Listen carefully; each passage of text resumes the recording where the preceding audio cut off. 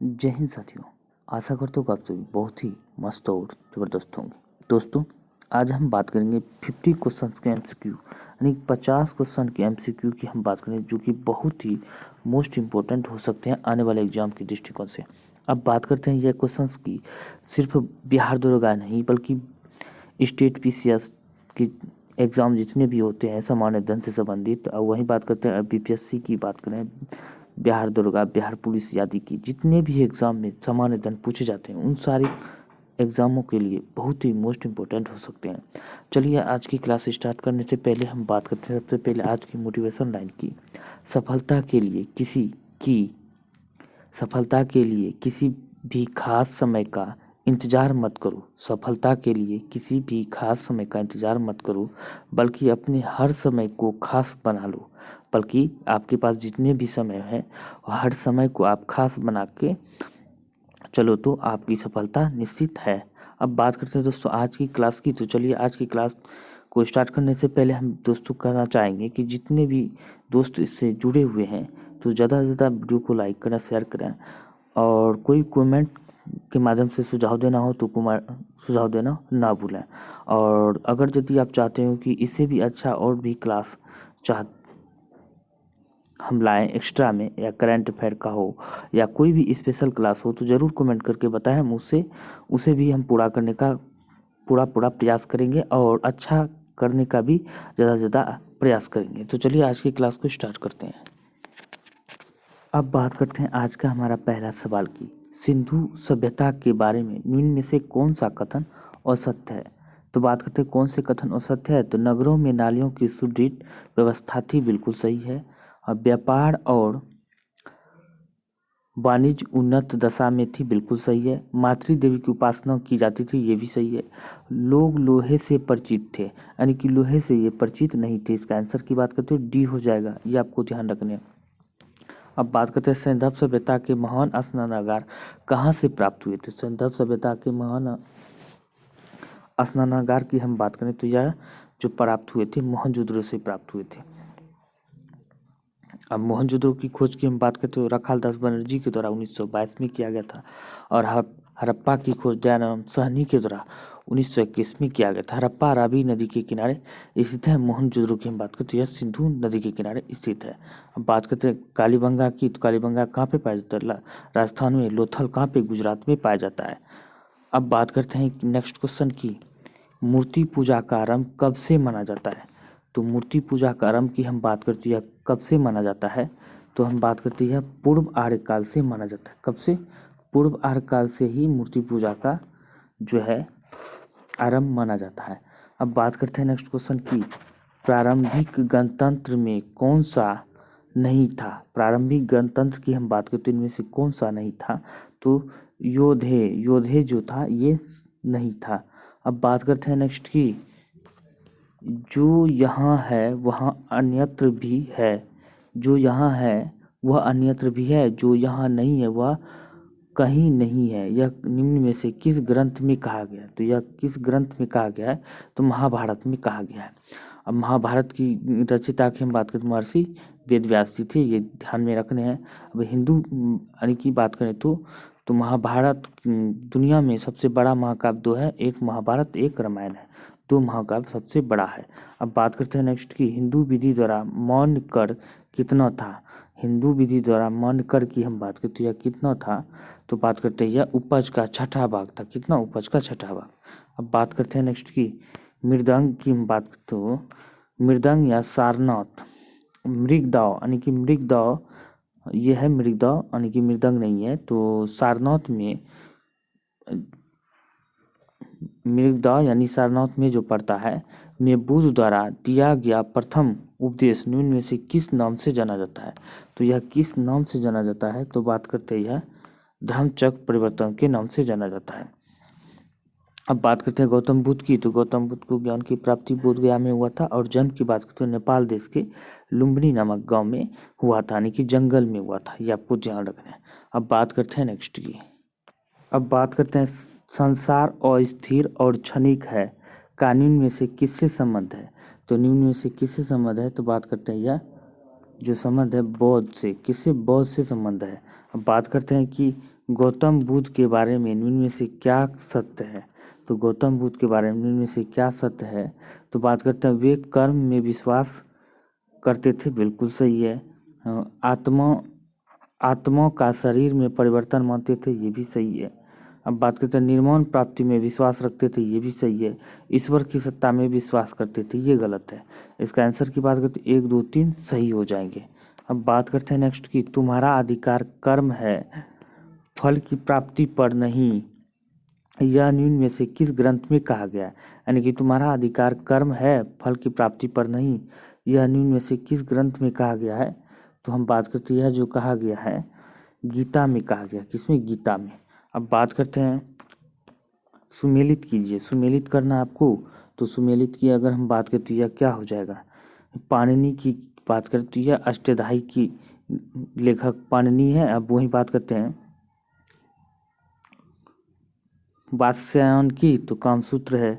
अब वही बात करते हैं चाणक्य की तो अर्थशास्त्र है। कलहन की राजतरंगिणी है। तो इसका आंसर की बात करते हैं ए हो जाएगा। अब बात करते हैं विक्रम संवत कब से आप प्रारंभ हुआ? विक्रम संवत की हम बात होती है कब से प्रारंभ हुआ है? तो 58 ईसा पूर्व से जो है विक्रम संवत की प्राप्ति हुई है। 78 ईस्वी में हम बात करें तो शक संवत की शुरुआत किसके द्वारा किया गया था? कनिष्क के द्वारा किया गया था। अब बात करते हैं नेक्स्ट की। अब बात करते हैं बुद्ध की खड़ी प्रतिमा निम्न में से किस काल में बनाई गई थी? तो बुद्ध की खड़ी प्रतिमा की हम बात करते हैं किस काल में बनाई गई थी? तो यह गुप्त काल यानी कि कुषाण काल में बनाई गई थी। अब बात करते हैं अधोलिखित में कौन गुप्तकालीन स्वर्ण मुद्रा है? तो गुप्तकालीन स्वर्ण मुद्रा की हम बात करते हैं दिनार गुप्तकालीन स्वर्ण मुद्रा है। मुद्रा राक्षस के लेखक निम्न में से कौन है? तो मुद्रा राक्षस के लेखक की हम बात करें विशाख दत्त है। सम्राट हर्ष ने अपनी राजधानी थानेश्वर से कहाँ स्थानांतरित की थी? तो सम्राट हर्ष ने अपनी राजधानी थानेश्वर से कहाँ हस्तांतरित की थी? तो हम बात करते हैं इसका राजधानी तो कन्नौज हस्तांतरित किया गया था, स्थानांतरित किया गया था। अब बात करते हैं अंकोरवाट का मंदिर कहाँ स्थित है? तो अंकोरवाट का मंदिर की हम बात करते हैं कंबोडिया में स्थित है। अब बात करते हैं व्यापारी चीन में किसके कार्यकाल में भेजे गए थे? यानी कि 72 व्यापारी चीन में किसके कार्यकाल में भेजे गए थे? तो 72 व्यापारी की अगर हम बात करें तो यह जो है भेजा गया था क्लोथिंग फर्स्ट के कार्यकाल के समय में, यानी कि शासन के समय में भेजा गया था। बात करते हैं बाजार नियंत्रण प्रथा लागू की थी। तो बाजार नियंत्रण प्रथा की अगर हम बात करें तो यह किसके द्वारा लागू किया गया था? तो यह अलाउद्दीन खिलजी के द्वारा लागू किया गया था। इसी ने जो है घोड़ा को दागने तथा हुलिया बदलने की प्रथा शुरुआत की थी अलाउद्दीन खिलजी के द्वारा। बात करते हैं मोहम्मद बिन कासिम था। तो मोहम्मद बिन कासिम की बात करते हैं यह अरब का था। कौन का? अरब का था, एक अरबी शासक था। बात करते हैं वास्को डी गामा भारत कब आया था? वास्को डी गामा की हम बात करें तो भारत की तो ये कब आया था? तो इसका हम बात करें 1498 ईस्वी में आया था। अब वास्को डी गामा कौन था? तो वास्को डी गामा एक पुर्तगाली यात्री था।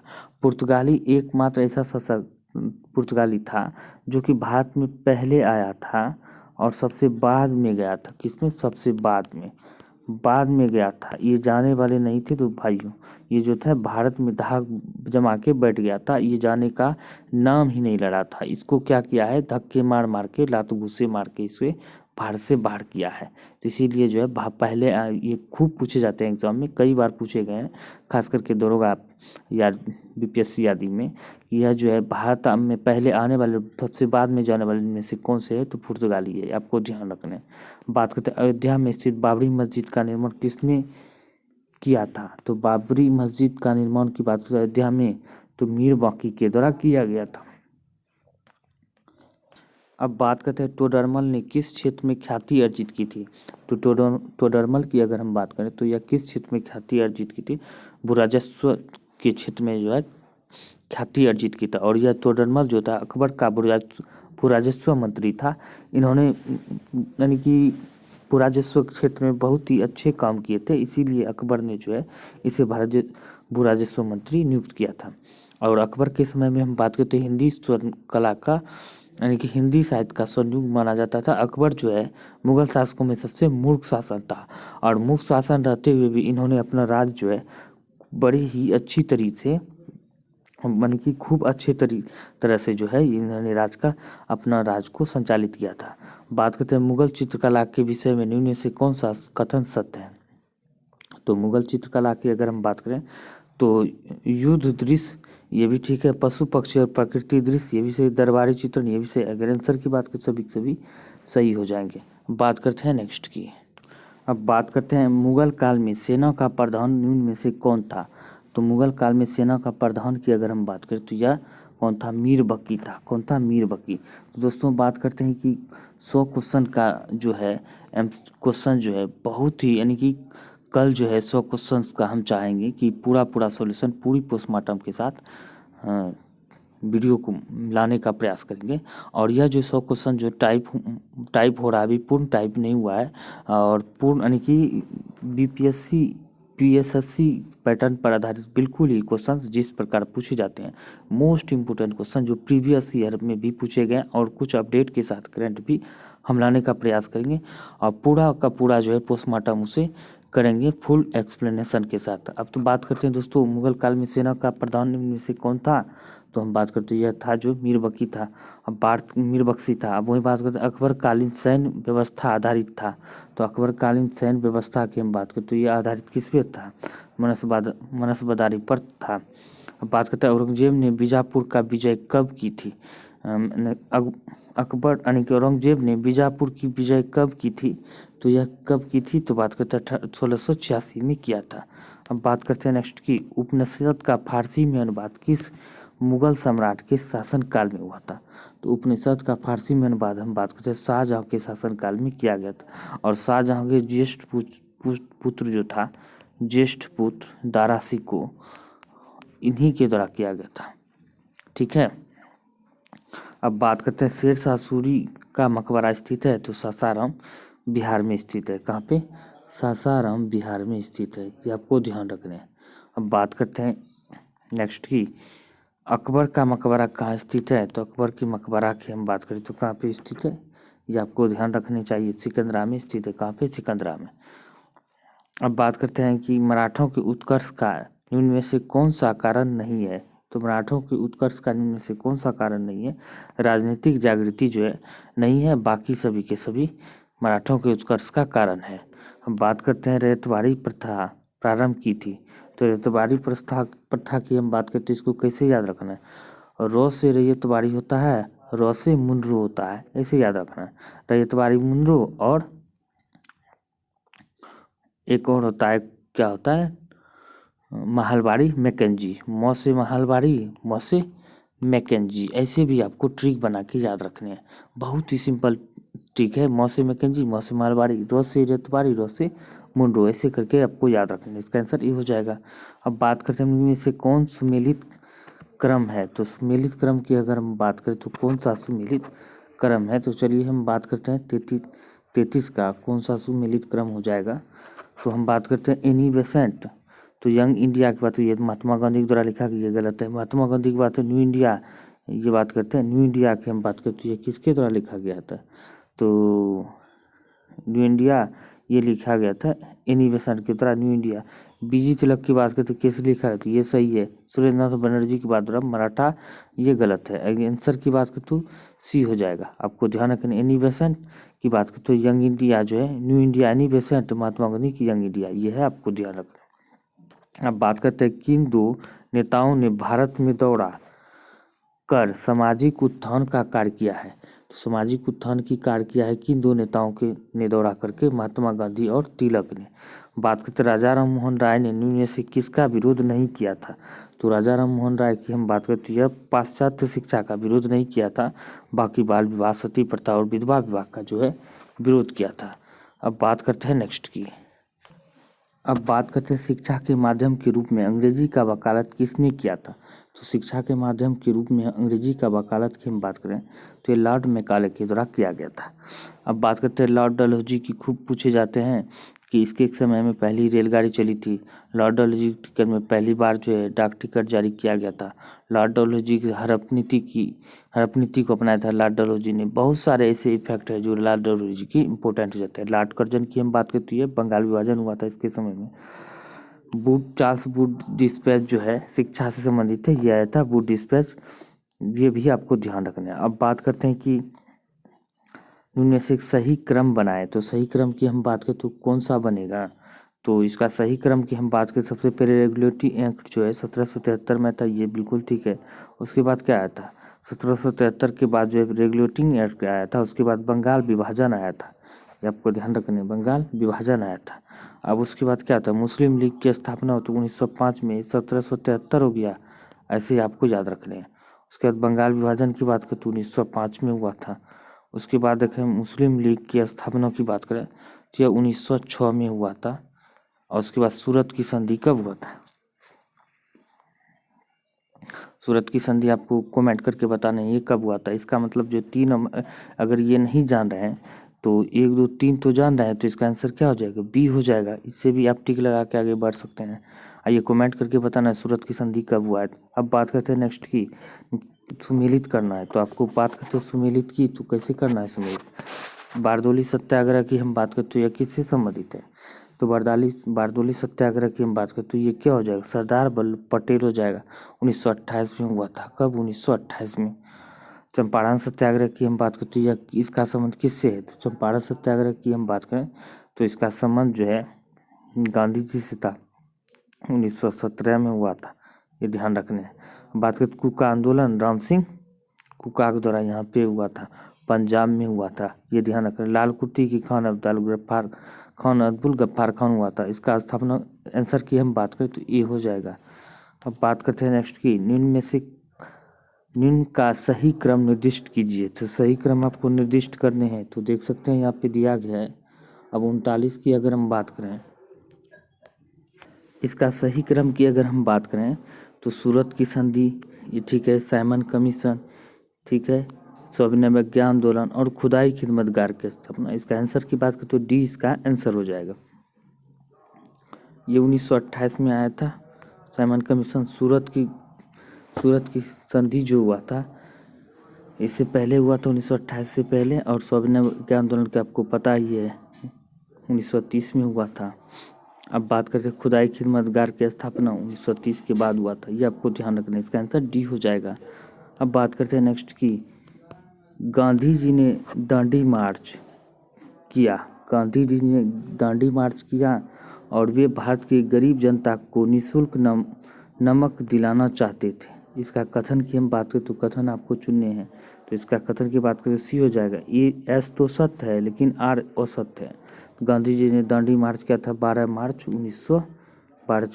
1930 में, ये आपको ध्यान रखना है। ये तो ठीक है लेकिन ये गरीबों की जनता को निःशुल्क नमक चाहता, ये अंग्रेजी सरकार की हुकूमत के खिलाफ जो है यह जो है नमक कानून कर को तोड़ा था, ये गलत है, आर गलत है, इसका आंसर सी हो जाएगा। अब बात करते हैं कथन और कारण आपको सही करने हैं। अब बात करें द्वितीय विश्व युद्ध में भारतीय राष्ट्रीय कांग्रेस ने अंग्रेजों को यानी सहयोग प्रदान किया था। अब देखते हैं क्योंकि उन्हें पूर्ण स्वराज प्राप्त होने की आशा थी, पूर्ण स्वराज होने की आशा थी, तो इसका आंसर की बात करते हैं एस आर दोनों असत्य है। क्योंकि द्वितीय विश्व युद्ध में भारतीय राष्ट्रीय कांग्रेस ने अंग्रेजों को सहयोग प्रदान किया था, ये भी गलत है। और क्योंकि उन्हें पूर्ण स्वराज प्राप्त करने की आशा थी, ये भी गलत है। क्योंकि अंग्रेज को अगर पता चल जाता कि उसे पूर्ण स्वराज मिल जाएगा तो ये कभी हो नहीं सकता था। अब बात करते हैं कि नेक्स्ट की, अब बात करते हैं निम्नलिखित में को सुमेलित कीजिए, सुमेलित करना आपको, तो बात करते हैं इंडिया विंस फ्रीडम की, तो बात करते हैं Abdul Kalam Azad. Runs and ruins की हम बात करें तो ये हो जाएगा सुनील गावस्कर। यंग इंडिया की हम बात करें तो यह क्या हो जाएगा, महात्मा गांधी। और न्यू इंडिया की बात करें एनी बेसेंट, इसका आंसर ये हो जाएगा। अब बात करते हैं इंडियन नेशनल कांग्रेस और मुस्लिम लीग के बीच मतैक्य का काल निम्न में से कौन प्रदर्शित करता है, तो मतैक्य का काल जो हम बात करते हैं कौन प्रदर्शित करता है, तो इसका आंसर की बात करते हैं 1916 से 22 प्रदर्शित करता है। ब्रिटिश पार्लियामेंट में चुना जाने वाला प्रथम भारतीय कौन था, तो प्रथम भारतीय की हम बात करते तो दादा भाई नौरोजी था, ये आपको ध्यान रखना है। अब बात करते हैं नेक्स्ट की, 1937 में संपन्न विधानसभा चुनावों में इंडियन नेशनल कांग्रेस को निम्न में से किस प्रांत में पूर्ण बहुमत नहीं मिला था, तो पूर्ण बहुमत की हम बात करें पंजाब में नहीं मिला था। बात करते हैं मेरा अंतिम उद्देश्य प्रत्येक व्यक्ति के आँख से आंसू पोंछना होगा। तो यह कथन निम्न में से किसका है? तो यह कथन हम बात करें जवाहरलाल नेहरू का है। बात करते हैं तुम मुझे खून दो मैं तुम्हें आज़ादी दूंगा, यह नारा किसने दिया था? तो यह नारा की हम बात करें सुभाष चंद्र बोस ने दिया था। अब बात करते हैं नेक्स्ट क्वेश्चन की, भारतीय राष्ट्रीय कांग्रेस का प्रथम अधिवेशन कहाँ हुआ था? तो भारतीय राष्ट्रीय कांग्रेस का प्रथम अधिवेशन की अगर हम बात करें तो यह हुआ था बम्बई में हुआ था, तेजपाल संस्कृत कॉलेज में आयोजित किया गया था।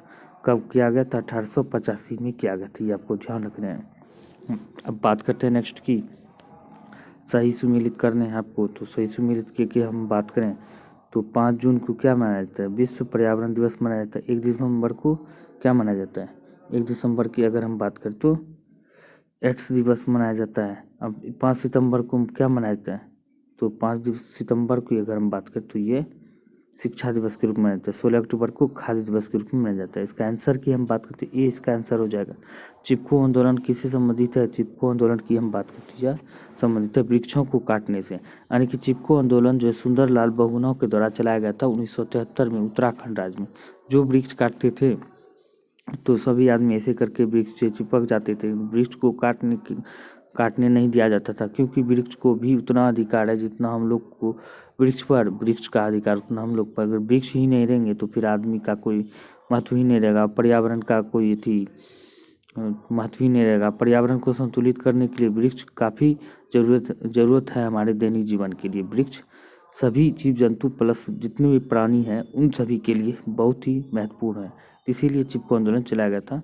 दोस्तों उम्मीद करता हूँ कि यह वीडियो आप सभी के लिए बहुत ही हेल्प साबित रहा होगा। तो वीडियो को ज़्यादा से ज़्यादा दोस्तों को शेयर करें, लाइक करें, कमेंट करें, और कोई सुझाव देना हो तो वीडियो के नीचे सुझाव कर देना ना भूलें।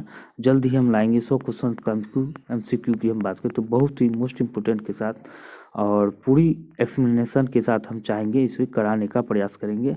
और यह टाइप हो रहा है, अभी टाइप ही नहीं हुआ है, जैसे ही होता है हम जो चाहेंगे इसको ज़्यादा जल्दी से जल्दी कराने का। और दरोगा के लिए हम पूरी रणनीति के साथ लग गए हैं और इसे जो एक भी दिन क्लास बंद नहीं होने देंगे। अब तो मिलते हैं अगले वीडियो में, तब तक के लिए जय हिंद जय भारत।